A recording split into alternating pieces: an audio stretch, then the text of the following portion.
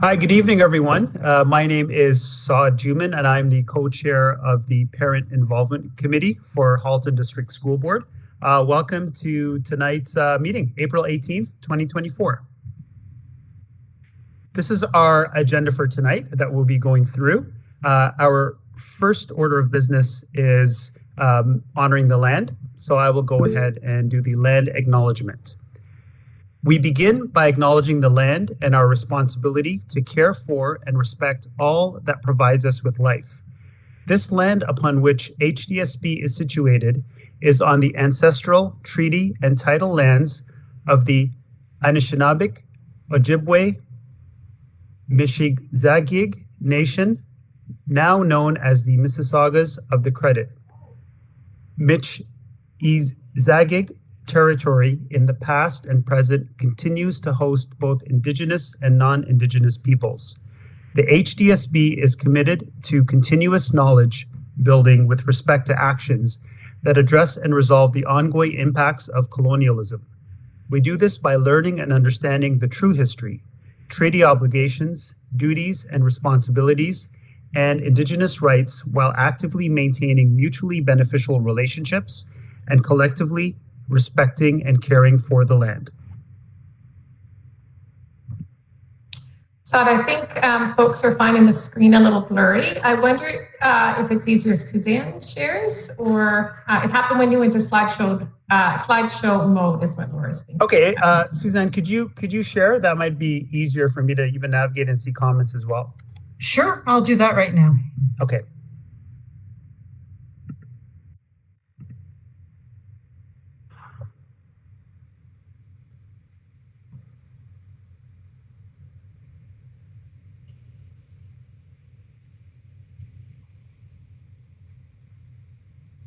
Okay, that's much better, much clearer than my screen. All right, first order of business, we are going to pass the minutes. So if I can get a motion to pass the minutes, our Parent Involvement Committee have all reviewed it, and these are the minutes from February 8th, 2024.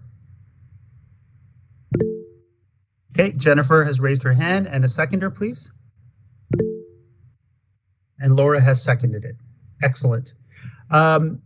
Next order of business, we're just going to shuffle the agenda slightly. So I believe Trustee Zhang, if you can go first with your updates.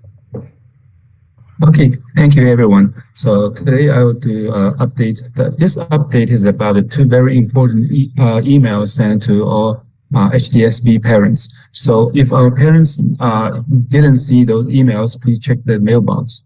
So the first email is about the vaccination. So we already have confirmed the measles cases, and the measles is happening in around the world, so in many parts of the world. And at HDSB, we care about the students' safety and their health. So if the measles, I know some students has not updated the yellow cards, and this is April. In April, Halton Region Public Health is running the school clinics and the community clinics. So this is for all students. They are attending public school or Catholic school. They have a chance to do the vaccination from their school. And there's already have a schedule posted on Halton Region Public Health website. If you want to know where you can get the update or which vaccination you need to, it's mandatory. Please check the yellow card and the local public health. If you have any questions about where you can get those vaccines, and call 311 or local schools or local school boards.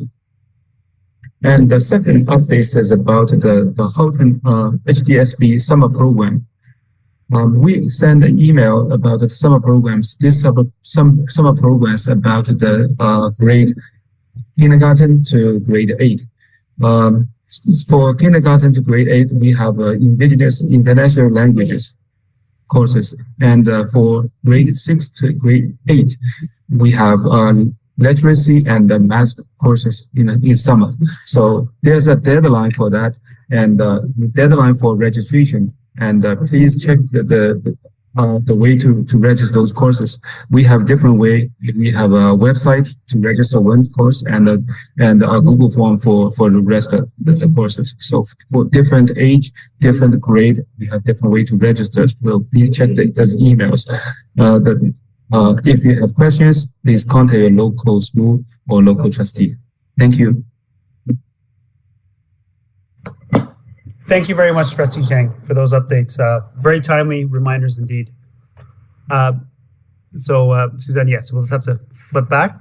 Next, we are going to have a discussion facilitated by advisors from Ember Experience about MYP. MYP stands for Multi-Year Plan. For those that don't know, the previous multi-year plan is coming to an end, and there's been renewed effort and energy around crafting a new multi-year plan. So can I get the advisor from Ember to unmute? Is that Nora? It is. Hello, and it's Ashwarya too. And I'm going to ask Ash to introduce herself first to the group, because then she's going to share her screen. And then when she's doing that, I'll introduce myself. Sounds good. Thanks, Nora. Hi, everyone. I'm Aishwarya. I'm an advisor at Ember. Very excited to be working on this project and collaborating with the MYP committee and meeting some wonderful individuals such as yourself and having these discussions. Very excited to be here. Thank you. Thanks, Ash. And likewise, I echo Ash's comments and also want to acknowledge that we know this is a very busy time for this committee, because Saturday is your big day, I believe, in terms of the conference. And having long ago in another life been involved in PICS and assisted with conference planning, I can just imagine how things are swirling for you right now. So really want to acknowledge and appreciate that you're providing us with an hour on your agenda, and we will chunk our time through to try to stay respectful of that time limit for you, so that you have an opportunity then to move to your other agenda items. So if Ash, are we okay to share the screen? I'm going to try and share my screen now. Thank you. And we're doing it this way, which I'm going to have to do that awkward, please forward, but otherwise I lose track of faces in the room. And it's important as we work through this that I have the opportunity to be able to see if hands are raised or any faces that are on the screen.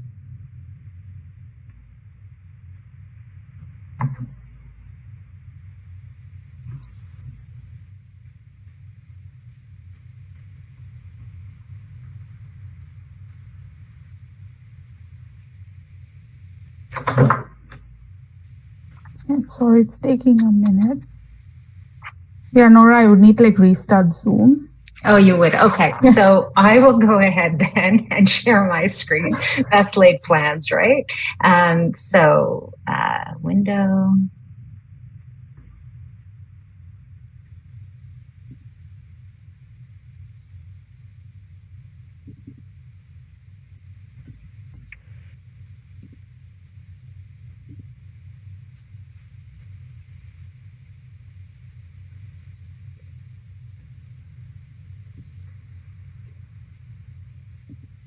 Apologies, everybody. I'm just getting it up from our shared drive.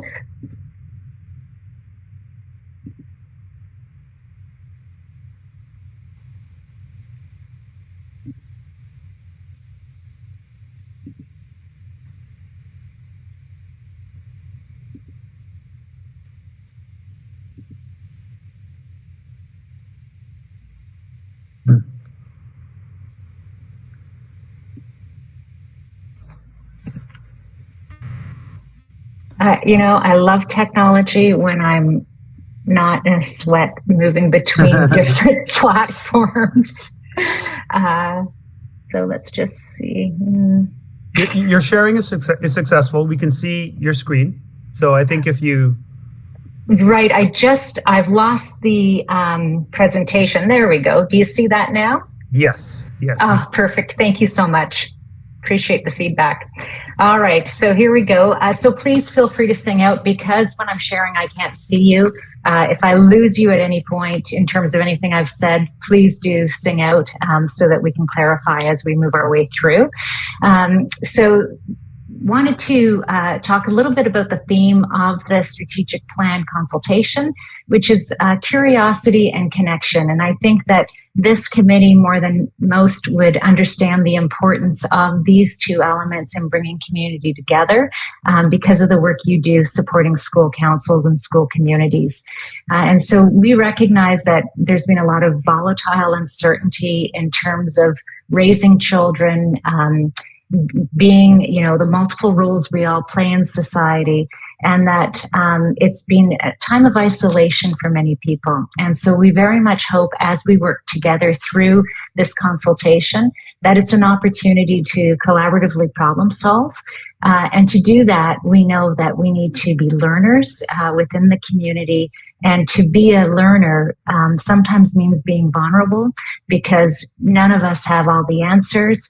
And so coming together and saying, I'm not sure, is totally appropriate and a positive way of engaging in a learning environment. And so as we move forward in the Halton community, we're really looking through our engagements to build that curiosity and connection, and hope that you experience a little bit of that this evening with us. So our objectives, they're ambitious for our hour together. We want to talk a little bit about the context of developing the Halton District School Board multi-year plan. We want to then facilitate a conversation with you, and we're going to try to, knowing that we only have an hour, provide about 30 minutes for that conversation where we listen to you in terms of some questions that we have. And then we're going to have an ask of you, because we know that you're Halton's networkers and activators for action. And so we are going to ask you to engage with school councils in terms of helping them facilitate a facilitation guide that we have prepared, that you send that out to school councils so that we're able to hear from multiple school councils, as well as pick in terms of some of the thinking that will go into the multi-year plan. So multi-year plans, as the chair introduced, is certainly an opportunity to listen to community and to key parties within the board. It's an opportunity to sort of reground and think about, has context changed? Do we need to shift anything? What are the changing needs in our community, and how do we meet them through the education, through the Halton District School Board's mandate? And it's really important that when we do this work, the trustees will ultimately be making the final decision in terms of the multi-year plan, but they're looking to learn and hear from community members. But they also have other regulations that they have to follow. So the Ministry of Education provides certain requirements that boards of education must focus upon. So in terms of the multi-year plan consultation, we're also aware that there are some non-negotiables in terms of certain areas that all school boards have to focus on in Ontario. But there's still opportunities for input in terms of shaping some of them in terms of the key objectives, or potentially other things that aren't mandated by the ministry but are really important to the Halton community. So once the trustees approve the multi-year plan, which they're hoping to do later this year, it then defines the roadmap for the staff in terms of then the operational plan that goes into play and then is evidenced, of course, in all departments and schools of the Halton District School Board. And it informs, obviously, resource allocation and key outcomes for reporting in terms of success to the community. So in terms of engagement considerations, what we're hoping for is that we get an understanding of your collective perspective. You're coming together as a specific role, pick members. So today we're hoping to get some perspective in terms of your thinking, but it doesn't mean that you all have to agree completely. We're looking for alignment, but not necessarily consensus. And if you feel frustrated by the process of the facilitated conversation and you have lots of individual thoughts that you feel you didn't actually get out on the table yet, don't worry, because there are other opportunities to do that. So there will be town halls, which we'll set up as World Cafe style. And there's also going to be an individual survey that all individuals can have access to and fill out. So lots of opportunities to provide your feedback. Went the wrong way. Sorry about that. So the two discussion questions we have for you, and I think what I'll do is I'll cut and paste these. Oh, I can't cut and paste. Is it possible for perhaps one of the staff who are supporting the meeting who have a copy of this presentation to share their screen with the discussion questions? And the reason why I ask that is it's somewhat important, I think, that I'm able to help facilitate the conversation. And to do that, I need to see the table. But I also don't want you not to have the question up in terms of helping your thinking. Okay, let's just try to figure that out. Sorry, Superintendent Connor. Go ahead. Yeah, I was just going to ask, perhaps Suzanne, I know that Nora, you had shared that with us. So Suzanne's just going to try to share her screen now. Thank you so much. I really appreciate that, Suzanne. The first question, which we can start thinking about as Suzanne starts to share her screen, is, and let me just get it up here.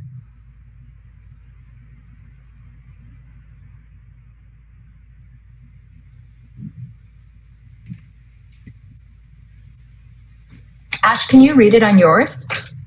I've lost mine again. Okay, sure. Just while we're waiting. Yeah, no problem. Thank you. Our first question is, what are the top 3 priorities that your committee thinks the HDSB must focus on to support your child's learning and well-being? So Nora, is your expectation, and Aishwarya, do you want the PIC committee to just raise their hands, chime in verbally, type in the chat? What would be your preference? I've put the question in the chat too, if that's easier for folks. I don't know. It's all caps. I'm not yelling at you. It was just the way my screen is. We're happy because of the nature of it all being virtual.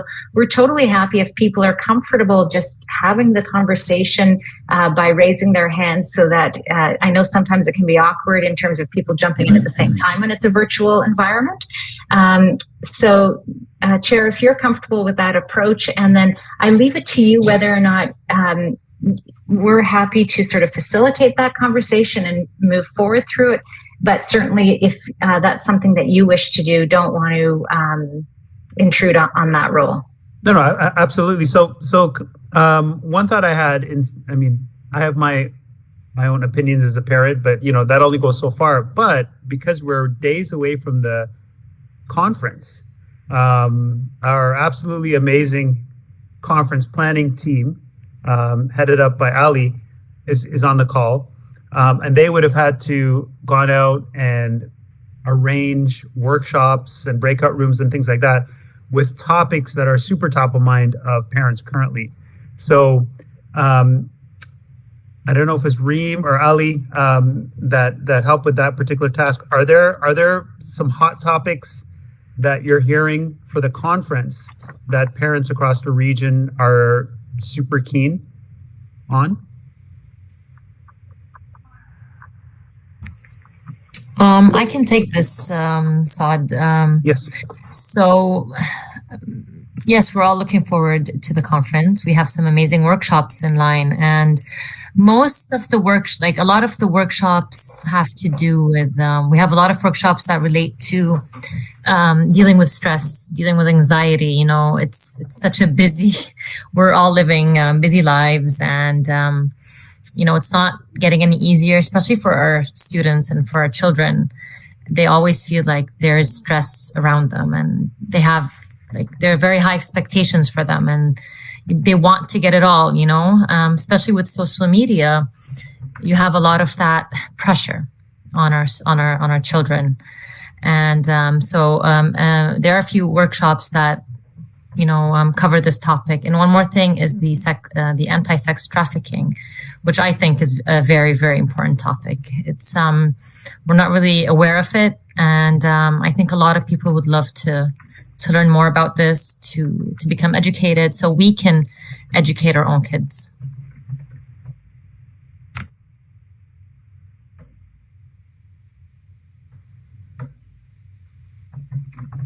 So I think maybe you're on mute. I make my living in tech. I think I know to unmute myself. Somebody had their hand up and they put it down. Oh, Jennifer, go ahead. So when I was soliciting interest for the PIC conference and what parents would like to see, one of the big topics they came up was spec ed, IEPs. When your kid is struggling, how do you get help? Who do you get help from? What is the channel on how to do that? How do you get through the channels when they're not doing what you'd like to see? That kind of thing. So people are frustrated with the process. And the other topic that came up was in terms of discipline, disruption in the classroom. Like again, I think it's more like, okay, something's happened. How, as a parent, do I navigate the system, the HDSB system, and how do I get help for what I feel I need for my kids? So that was the two big topics that kind of came back from what I heard, as well as what Reem was saying about the stress and mental health and getting your kid caught up on the losses of COVID and all that stuff too. Great. Thank you, Jennifer. I can chime in about two that I've heard repeatedly this year. They're related. One is the use of social media by students in the classroom and its potential, most likely, hindrance in their performance. So that's seems super hot in terms of a topic. And the other one is related. I've heard this repeatedly recently over the last few months.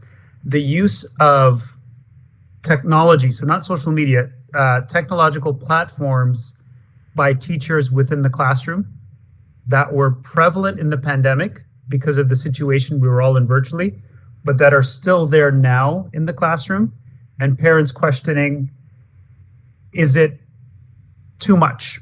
Is it needed, right? And a use case that I've heard a few times is, our children are on these particular math games or writing games or whatever it is, but their ability to actually write, handwriting in sort of elementary grades seems to be deteriorating, right? So there's that strand that I've heard. Okay, somebody put their hand up, but I can't see the hand raising. Superintendent Connor, can you see who raised their hands? Laura posted in the chat, and I can read that for her if you like. So Laura says, I'm in a loud setting, so I can't add, so she's in the chat. She agrees with Reem and myself that navigating the system is huge, both in terms of navigating and supporting mental health supports within the school system and how to support our students with curriculum. For example, what are the expectations for our students? How do we support them? How do we support those who have different needs, etc.? Thanks, Jennifer, for reading that.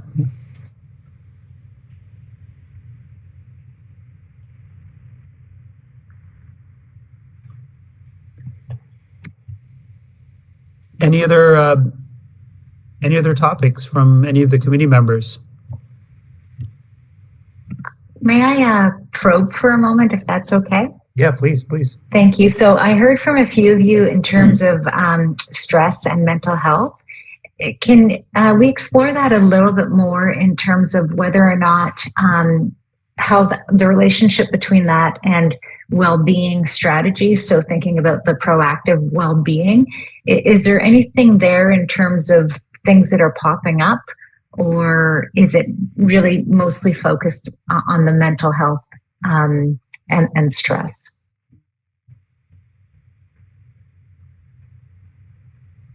Maybe I can ask a clarifying question if others are thinking, are you, is your question sort of delineating well-being versus mental health and stress, and which one the committee is more focused on?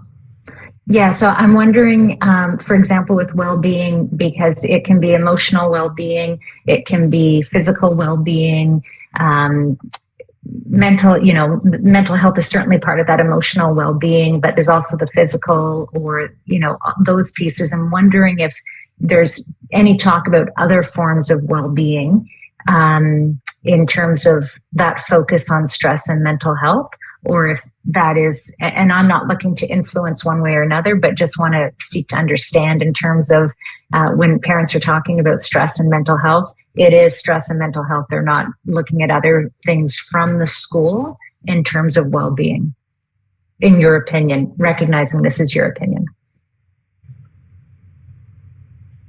Reem, did you get a sense either way? Sorry to single you out, but No. Yeah, I'm trying to absorb the information. So I do understand what you're trying to get to.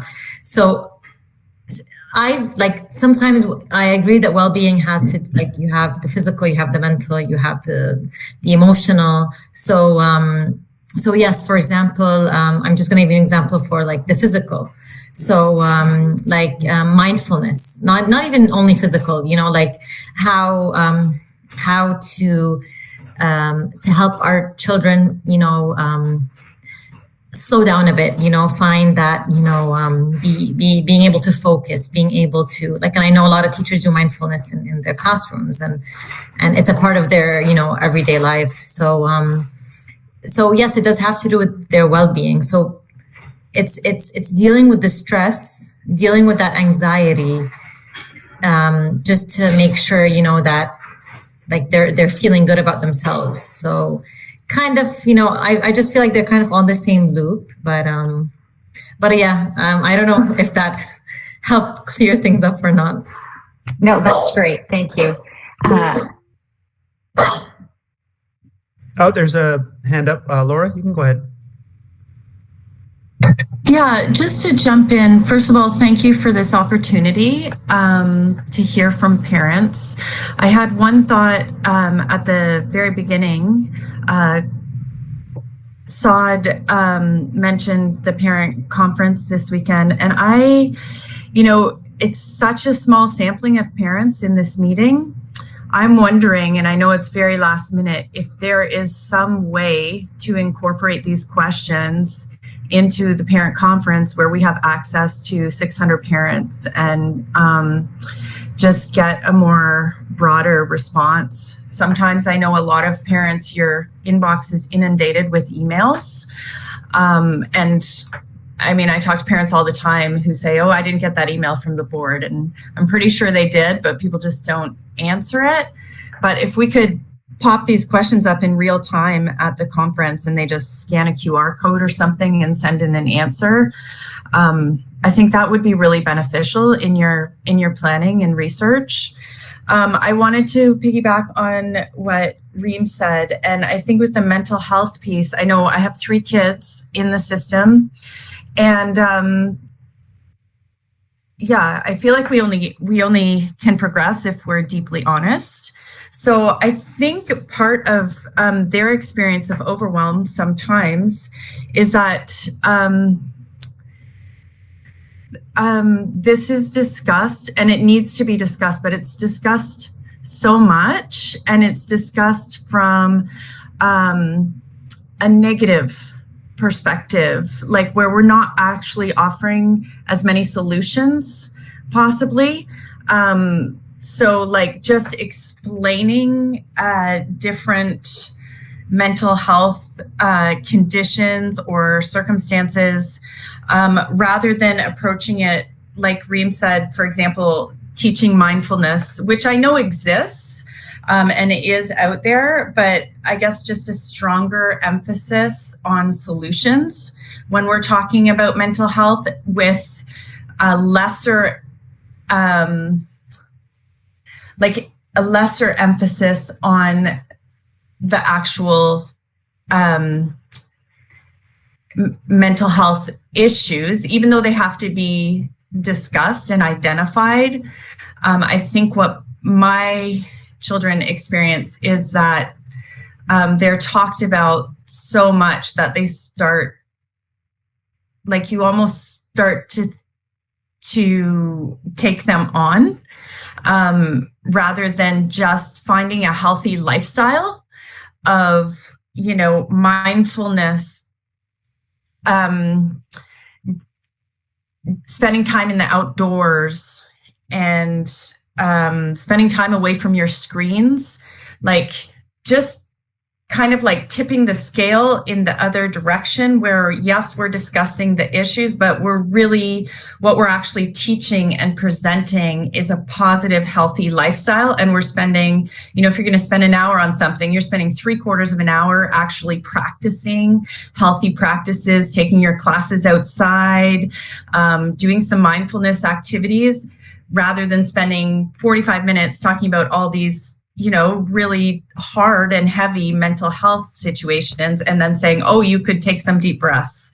So just kind of tipping the scales where the emphasis is more on solutions and just good daily practices.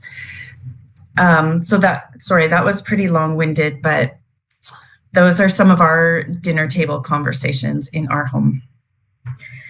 If I can add on to something, to what Laura said, that was spot on, Laura. And for example, our kids, they always listen to and watch presentations.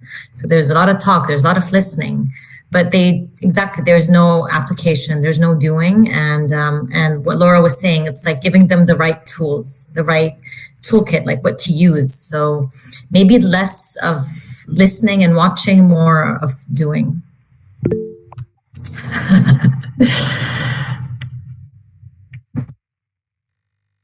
Can I just jump in? Yeah, you got me on my little soapbox now. So, even in some of our terminology, I'd love to see some of it change. Anti-bullying has been a buzzword for a long time. But what about like practicing kindness? So like just switching our language, switching our practices so that we are a school board who promotes a positive approach to these things rather than focusing on what is negative about them. We address the negative, but we are proactive in focusing and practicing the positive. And that's where the weight of our lessons, our assemblies, our teacher training is on how do we get kids to practice a positive, kind, healthy lifestyle, as opposed to just always addressing the negative. So I don't know how you create that culture per se. Well, I have ideas, but it's too long for this meeting. But I think it just starts with us as adults actually making the flip in our brain and changing our language and changing what we're sharing with kids. Thanks. Laura, is it fair to say asset-based language then, in terms of summing up that concept? You'll have to define that for me. I'm not, yeah. That's what I wondered. Okay, so if we use the term asset-based, it wouldn't necessarily be clear, but so the notion is then it's that idea of flipping. So we think about, instead of thinking about the negative, we think about the proactive positive.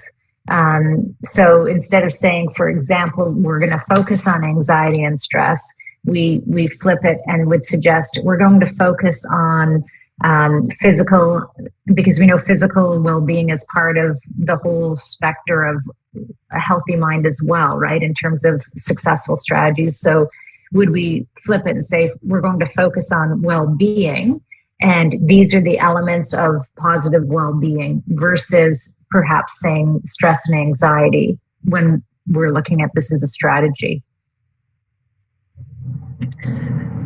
Yes, I think that would be good. I think I'm not sure how, I'm no longer with the school board, but I'm not sure how this trickles into,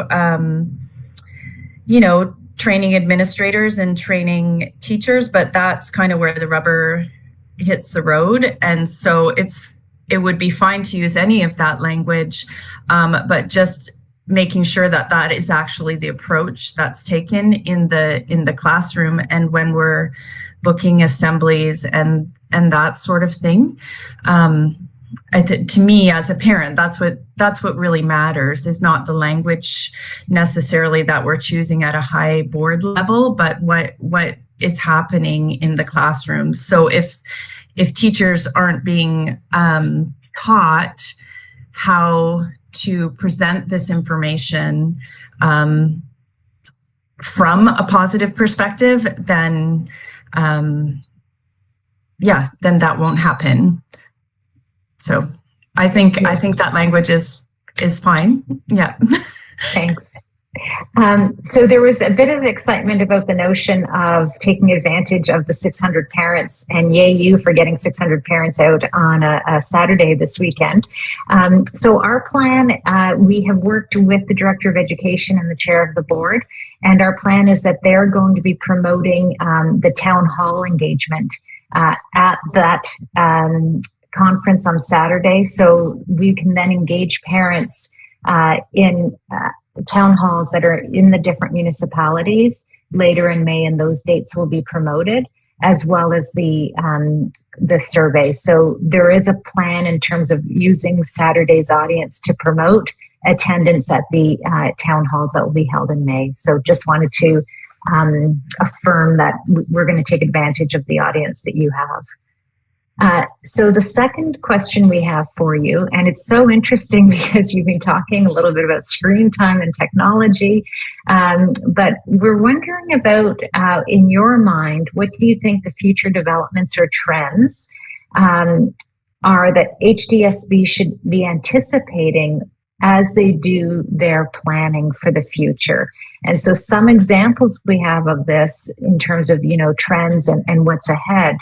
For example, is, the everyday use of artificial intelligence or new employment skills that you're thinking about as you gaze at the horizon, intercultural competencies, green technologies. So those are sorts of some examples. They're put there just to sort of explain the trends that we're thinking you might consider in terms of types of trends, but it doesn't have to be any of those. There may be others that come to mind based on your responses. And it's so interesting in terms of what you said about less screen time and more outdoor time, and the need for that. And then thinking about, future and how technology is just becoming more and more part of our daily life in so many ways. So that's an interesting one in terms of this question versus what you've said in the last question.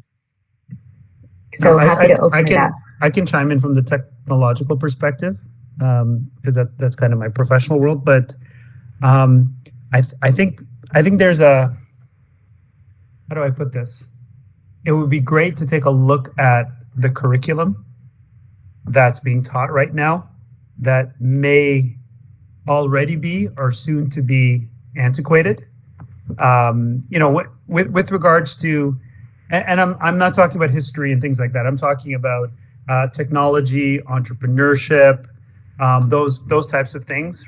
There's a group of us that have a separate committee that's looking at the entrepreneur curriculum within the board, right? And it's clear for some of these topics that what's happening already in the real world is completely different than what's being taught within the curriculum. And not just at Halton District School Board. I mean, I know this to be a fact even at Waterloo University, right? Our country's premier computer science university. The students there studying can attest that, hey, this stuff that we're learning here, it's actually not what is happening out there, right? So I think there's an opportunity to kind of look at that. And I think a good theme that that I try to tell my kids, because I'm in the world of technology, and I oscillate between my iPhone and a flip phone, right? To give myself a bit of a break. But I try to tell them, and maybe there's something here, try to use technology. And when it starts to use you, then you got to start creating some boundaries, right? So I think we can't be so black and white in that. Let's say we decide that social media is not a good thing for the classroom, right? Let's say it goes that way. That doesn't necessarily mean that now we cannot explore the role of artificial intelligence and what is ChatGPT and its role within the curriculum moving forward, right? So I think we need to teach them how to use the technology and not be used by the technology. And it's not just the students, right? It's it's all of us parents, right? We're like, oh, you shouldn't have social media in the classroom. Meanwhile, we're scrolling, checking a timeline at the same time, right? So it's a human thing for the whole world.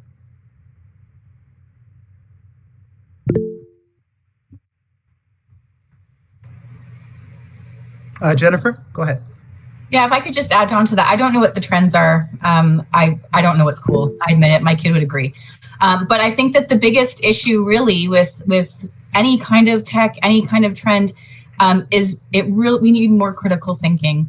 What the kids are getting so much information so instantly, and it's hard because as parents we didn't have that in our youth, that same kind of stuff, right? So my son in grade 8 last year, his teacher did a fabulous job where they had to go and look up conspiracy theories, and they had to prove for and against, and it was a really fun exercise, but it really got them into thinking about what is real, what is true. And I think that with AI and all of that, yeah, trends are great, but what we should really be teaching them is how to look at these new things, how to critically analyze them, how to make sure they're safe, how to use them effectively, how to use them safely. I think that should be more the focus and less on what's coming, but how to deal with what's coming, if that makes sense. Thank you. Ali has his hand up. Go ahead, Ali. Thanks, Todd. Jennifer actually, stole a bit of my answer. So it is, thanks, Jennifer. I was going to mention soft skills, things like critical thinking, critical analysis, but also relationship building. I do teach at university and at college, and one of the things that a lot of our younger students, so first years, that they suffer when they come to university or college is just simple soft skills, like how do you manage conflict amongst your peers? How do you build healthy relationships? How are you a good citizen in your community? And then, like Jennifer said, how do you critically analyze all this vast information thrown at you through different platforms so that you can make a sound, healthy, and proper judgment? So I think something like that for my kids would be really important, because if we're going to look at technology and how quickly it advances, I think by the time you prepare something for a certain type of technology that we have now, whenever you get ready to present whatever it is, you'll already be outdated because how quickly things move. But if our children have those soft skills where they can do their own analysis, then I think for me, that'd be something very important. And it'd be something that I'd be very interested in helping with as well. Thanks.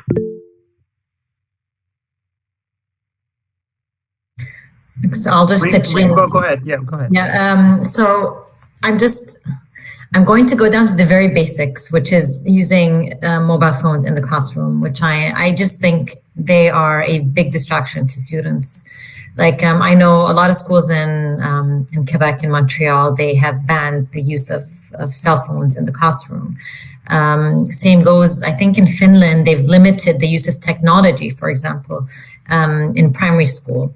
So they do have Chromebooks and iPads and tablets, but they are not, the thing is they're replacing, they're a good tool. I'm a teacher and it's great to use them for reading and writing, but students are at school half of the day. And if they are just exposed to technology for half of the day, then that's a lot. They go back home and it's there. So maybe having some sort of policy put in place. I just on a whole board, a school board basis, it does wonders. I mean, I agree with it goes for high school, for secondary school, but especially for primary, because I know that they're allowed to use them in some schools, like during lunch or recess. But to be honest, they don't need their phones in school. There's no necessity. So maybe that's something that, I've heard a lot of parents being worried about. Yeah.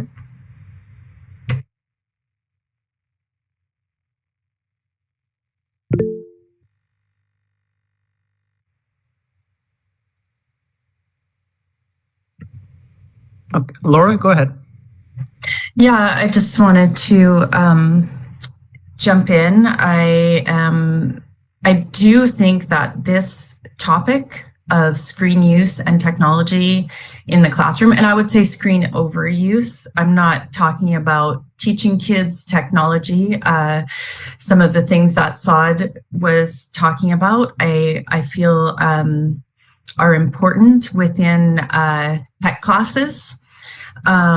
Because this is the way of the future, but I feel like there is definitely a time and place for technology in the classroom. And just to reiterate strongly that all the parents I talk to, this is the parenting issue of our time.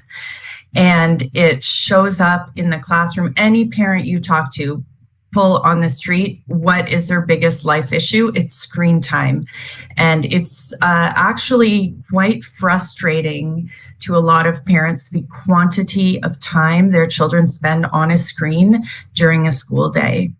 And I would just like to suggest to the school board that it might be worth digging a little bit rather than following current trends and figuring out what are the impacts. Like, I'm not sure if there's someone who is directly researching, like, where do we want to go with this as a school board? What is the impact of excess screen time, for example, on mental health? So we were talking about the importance of mental health. Well, current research shows mental health, kids with mental health concerns can be worsened by overuse of technology. And so I think it's really important to consider as a school board that perhaps where we want to head, like if we really want to be a board that leads, then we might have to do something that is quite different than what a lot of our peer boards are doing. And so I just put that challenge out there. I think overuse of screens can impact mental health. It creates behavioral disorders or augments them. There's research that shows that it affects cognition negatively. We've talked about how it negatively can affect socializing and even language development. So I know it's not the trend to cut back on social media, but I just feel like it's important that that's part of the discussion. And when we're making decisions, that we really, really are diving into current research. And like, at what age do we allow screen time, and are there limits per grade? And is it even necessary in elementary or primary to have any screen time at all in the school? I think these are good and difficult questions that kind of go counterculturally to where society is at right now. Thanks. And just to clarify, I don't think the intention is if trends are identified that the idea would be that they're going to jump on those trends. I think the question is, given that these are the potential future trends, how should we be preparing for that trend? Not necessarily incorporating the trend, but preparing for the impact. So I hope that makes you feel a little bit better, because this sort of conversation is dead on in terms of the sort of feedback we're hoping to get for them. Thanks so much for clarifying. Well put. Right, Laura for mayor. I mean, very, very, very, very well put. And my comment about AI was to potentially teach students the current suite of skills in terms of coding and languages and things like that are going to be used and being used. But I 100% agree with Laura's sentiments around social media. I personally don't think there needs to be studies or any of that done, because we know the effects. And every very senior tech founder that I know that has children greatly limits their exposure to this stuff because of the guilt, I would say because I'm in that industry, feel from creating this type of stuff, right? So we know the damages, right?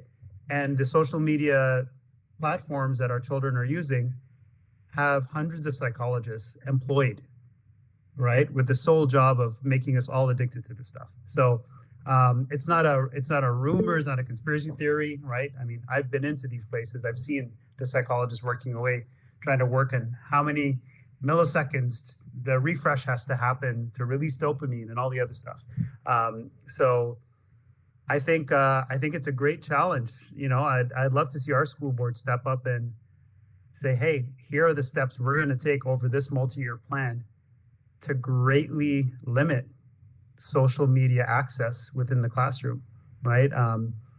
And ironically, there are technological platforms that are not that expensive, that can be deployed physically in buildings that will limit all of these types of things, right?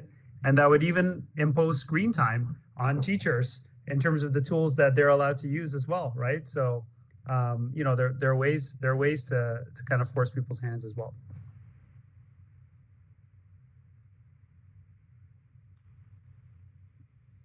I'm wondering, I want to say that we see the comments in the chat as well and really appreciate people entering their ideas there.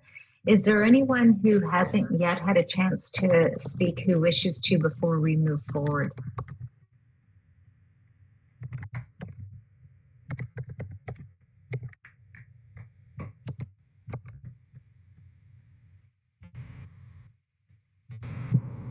Okay, so if something does come to mind, feel free to put it in the chat.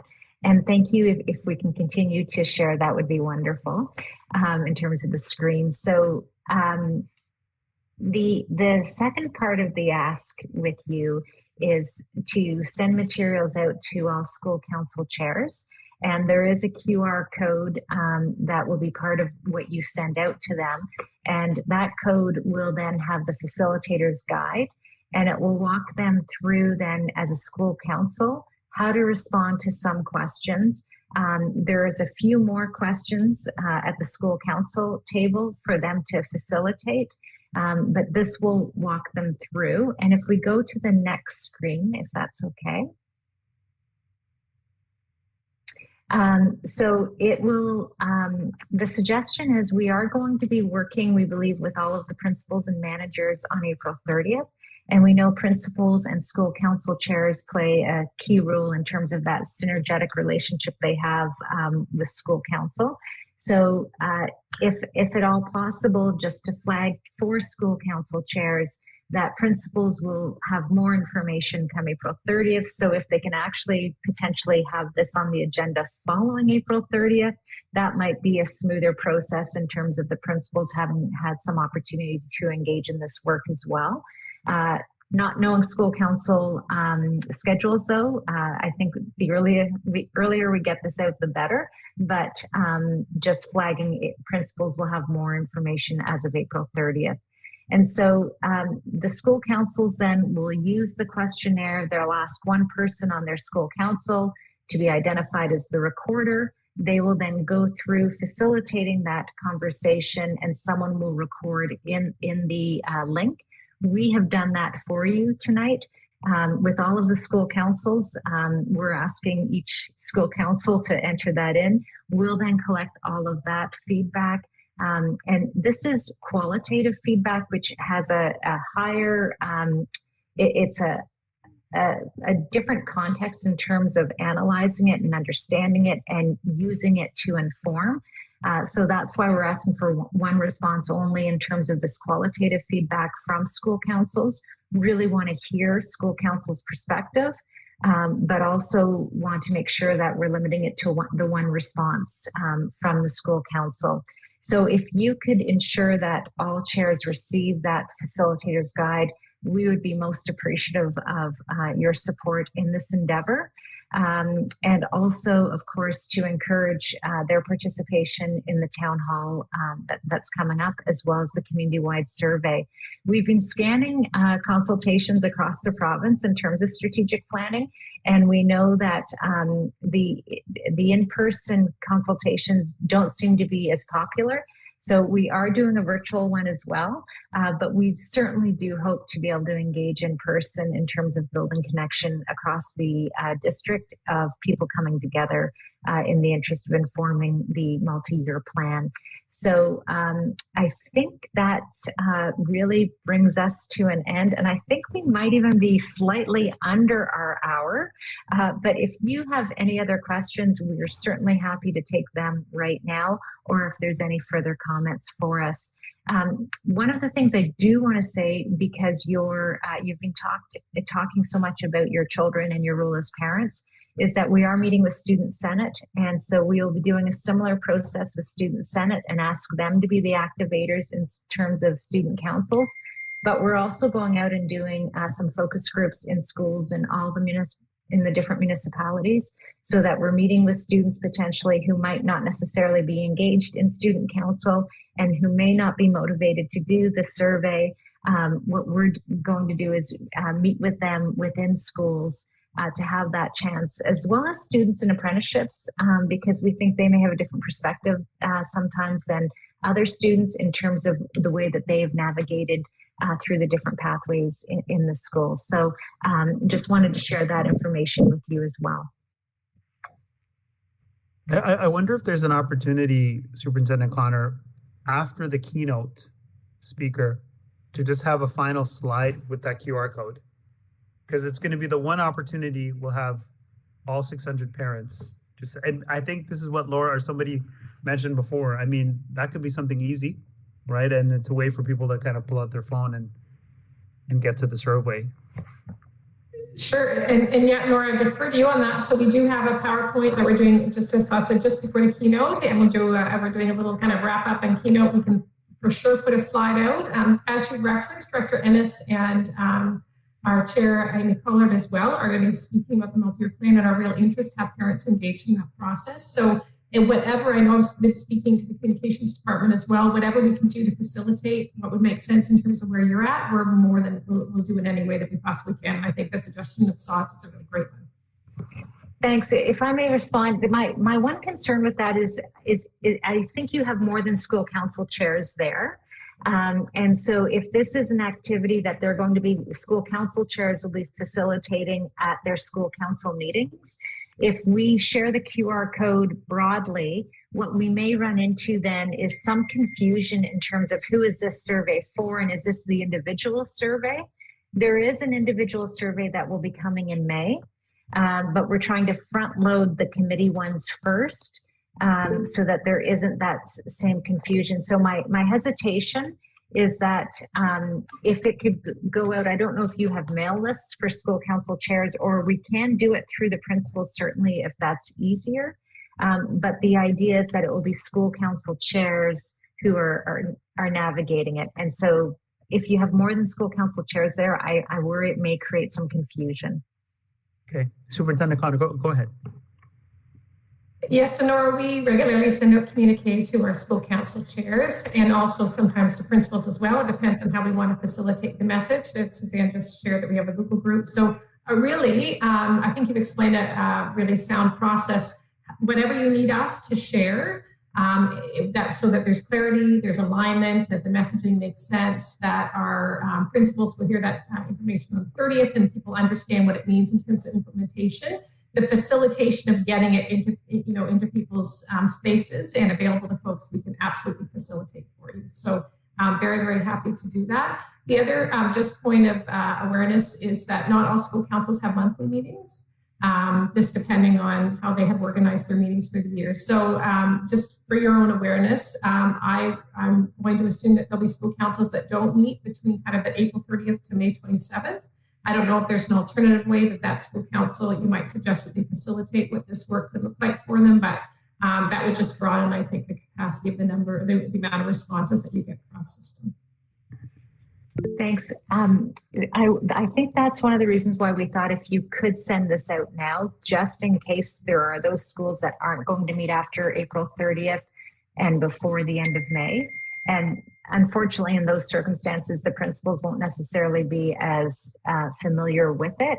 But I'd hate to lose the opportunity of a school council so participating. So if that's possible, we send this out now. But where there is a May meeting, that's ideal. Where there isn't, we take advantage of an April time slot. Yeah, we can do that with immediacy for sure. Nora. Yeah, we'll figure it out. And we can even put in the communique that, you know, if you're not meeting, maybe you can circulate this by email, right? Just within the council to solicit the feedback or something like that. We've done that at our school as well. All right, we've got to move on to the next agenda, but Sherry, you've got your hand up. Go ahead. This is our co-chair, Sherry.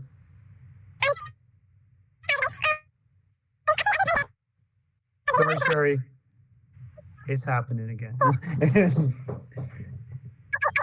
Yeah. Why don't you type in, put it in the chat, and we'll get to it. Your audio is sped up.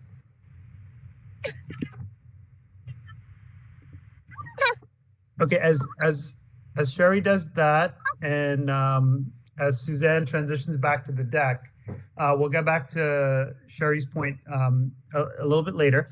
But I'm going to move over to the conference planning committee. Again, these are the folks that are working tirelessly to get the conference up. And I'm going to give the floor to Ali, who is our conference chair, and leading the charge, heading up the team that's pulling off this massive undertaking. Thanks, Todd. I just want to start off by saying it's a full team effort, and there's much appreciation and gratitude for all folks that have been helping out. I also want to say that we should probably ask Sherry to stay away from helium balloons, but I will go on with the PIC conference. So hang on, am I okay now though? Yeah, it works now. But I was just sure, we'll get to you right after this item. Okay, well, I was just going to say, if someone's got the link right now, I've got my Halton Hills Community Council meeting going on with all of the school principals and school council chairs. So if you want to send me the link, I can give it to the other meeting right now and they will have it. Okay. All right. Thank you. Thank you very much. I know staff does have it. So we're going to sign off now. Thanks again for your time. Most appreciated. Take care. Okay. Thank you, Nora. Thank you, Aishwarya. Thanks. Ali, go ahead. Thanks, Todd. I'll keep this brief, folks, and I'll also try to contain my excitement. It's been a very busy few months, and we are 2 days away from this amazing conference that parents and guardians put together for parents and guardians, which I think is phenomenal. So the conference itself is on Saturday, April 20th. The doors open at 9 a.m. and our last workshop ends at 3:30. So the workshop, the entire conference itself is 9 till 4 on Saturday. It's at LT McGill Secondary School. Thanks to Lisa and her homeschool for hosting us again this year. It's a phenomenal school, and I think parents and guardians will be excited and impressed when they walk in through those big doors to LT McGill. The theme this year is getting connected, which we as a group of parents, guardians, educators have agreed should be the running theme each year, because the importance of this conference is to provide an opportunity for parents, guardians, the school community to come together, share experiences, collaborate, problem solve, and build relationships. I'm really excited, and thanks to Saad and Tara and the team to put this together, that our keynote speaker is Christy Harold. Christy Harold has published books. Her company, JAM, has worked with corporations on how to gamify or introduce play as an element of culture. And I think parents and guardians and those in attendance are going to be super impressed and excited about what you can do at home to help your child in school. I'll just quickly go through and give you updates on the key points that you see on the slide. So the workshops themselves, we have over 50 workshops scheduled over 3 sessions. with amazing folks from your community coming in and providing you interesting topics such as health, mind health. There are workshops on academics. There is a wide variety of different diverse workshop topics, something that I think would appease every single person who comes to the conference itself. Food and catering. Like, where do I start about food and catering? We're going to be well fed at this conference and well watered or hydrated, if you prefer that term. We have vegan, vegetarian, gluten-free options. We have snacks. And for me, we have coffee all day, which is great. And so folks coming to this conference, worry not, you will be well fed and well watered. Child minding. For those folks that registered, we have child minding already set up in place, EAs, ECEs, parent volunteers, toys, games. Children will be minded quite well so that you can attend the conference and enjoy yourself. Community displays. I believe, Jennifer, we have about 17 community displays. So as you're walking around, eating, walking around between workshops, you can go up to these community displays and learn about key resources from our community. We have over 50 student volunteers coming out. We have over 20 adult parent guardian volunteers, not including the amazing staff from HDSB, to Superintendent Connor and her team, Suzanne. We have a large amount of folks who have come out to volunteer and support the entire conference. We also this year have anticipated parking because of our high registration numbers. We have side streets that have been approved by the town of Milton for free parking. We also have a shuttle that we have put in place starting at 8 a.m., I believe, from Viola Desmond Public School, which will provide shuttles every 30 minutes over to LC McGill. So folks, I'm super proud. I'm super excited. The whole team is ready, and we welcome you to the PIC Conference 2024 this Saturday. Thank you.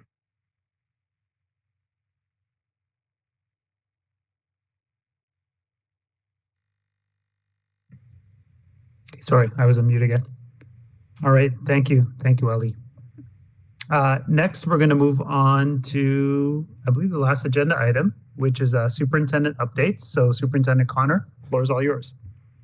Thank you so much. And yeah, I echo what was just in the message. Great job, Ali. That was wonderful to be able to see everything that you shared and described as we all look forward to Saturday. I'm really grateful to have a chance to talk. I know that we have we have had rather very rich and full agenda. So my thoughts are that I would keep the updates a little bit brief this evening. But just echo all of what Ali said in terms of just the incredible admiration and appreciation that I have for the PIC steering team, Ali's tremendous leadership, everyone's work. When I think of reflectively days and weeks and months that have gone into really making Saturday happen, it's just an unbelievable amount of effort. And yes, we're all excited, and it's going to be a great day. So. Just so impressed and so excited about what's ahead. As a quick aside, I meet with Saad and Shari usually every week, and we try to take a little bit of time in being able to talk through some of the ideas or information that might be useful based on what are some of the questions that we're receiving from families, or some pieces that parents would like to know and understand more as they engage and support their schools, and also work to be able to support their children as well as they can. So we recently discussed reminding families a little bit about how to work with schools and the board if they have questions or concerns that they would like addressed. And it's interesting, even when we talked about some of what parents' needs are, areas of interest are in the multi-year plan, it was that notion of how you navigate the system, how you engage in those conversations. So I thought I'd just take a couple of moments just to review some of the things that are useful perhaps for families in thinking about what that can look like. On the board website, we have an area that identifies how to resolve problems or concerns. So there is a process that really speaks to kind of the stages or steps that are involved to provide some clarity for families. So that's right on our board website under our board. around, really what to do when you have questions or concerns. Essentially, what we often speak to parents about as the best advice is to really approach the situation at the level in which you have a concern. So to kind of position that a little bit, if you have any questions around perhaps what's happening in your child's classroom or what learning looks like for your child, the best individual to connect with initially certainly would be to talk to the classroom teacher to gain some understanding and awareness and have some of those questions that you may have answered. If that concern isn't addressed, or if families perhaps have questions about the school or the school board, then families at that point should really make sure that they're raising those concerns to their principal or vice principal within their school. Following that conversation, if there's still some questions, the superintendent of the school would be a great person to then connect with. And on each school website, it does identify who your child's superintendent would be. So that would be the next step. From there, again, if there's still not a resolution, then there's the opportunity to further escalate that to the associate director, and then beyond that to the director as well. So just to kind of understand, there's certainly opportunities and access. Parents absolutely should be asking and talking through and understanding what's happening in their child's school and in their child's classroom. So there's vehicles in order to be able to ask those questions and ensure that you get some of the responses and the support that you need. Another point that I thought would be of interest is really to make sure that all school councils know that they are able to make recommendations to the principal at any time on any matter, where appropriate, as well as to the school board on school and educational issues. So that's just something I think sometimes, when we talk about partnership and engagement, it really means that opportunity for families to talk to schools and schools also to talk and seek out the consultation and support of families. So just to know that there's that opportunity and certainly not to be hesitant if there are positions or ideas that the school council has, to please feel free to share. I'd also like to just thank the consultants that were leading the multi-year plan this evening. I know that they have stepped back from the meeting, but the team's clear commitment to strongly positioning parents and families as key contributors to this work, I think is just really, really so important. One of the primary purposes of the Parent Involvement Committee, of course, is to provide information and advice to families on the ways in which they can be actively engaged with the board to support their child's learning and success. The multi-year plan development process really needs to and does center the voice of parents and guardians in this work. So really grateful for how that was positioned tonight and the sharing and the process that was articulated and the opportunity to be able to connect as many families as we can to that conversation as possible. And I would also just really perhaps suggest that all of us use the vehicles that we have to really encourage as many parents as we can to share their ideas, their perspectives, and feedback. And that's it for me tonight. And again, looking forward to seeing the broader audience. I know we're being live streamed right now, join together on Saturday.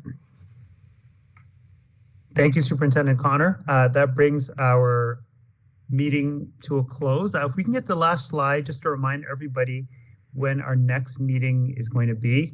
I believe, going on memory, it's May 23rd, 2024. So stay tuned for that. And hopefully to see you all at the conference on Saturday.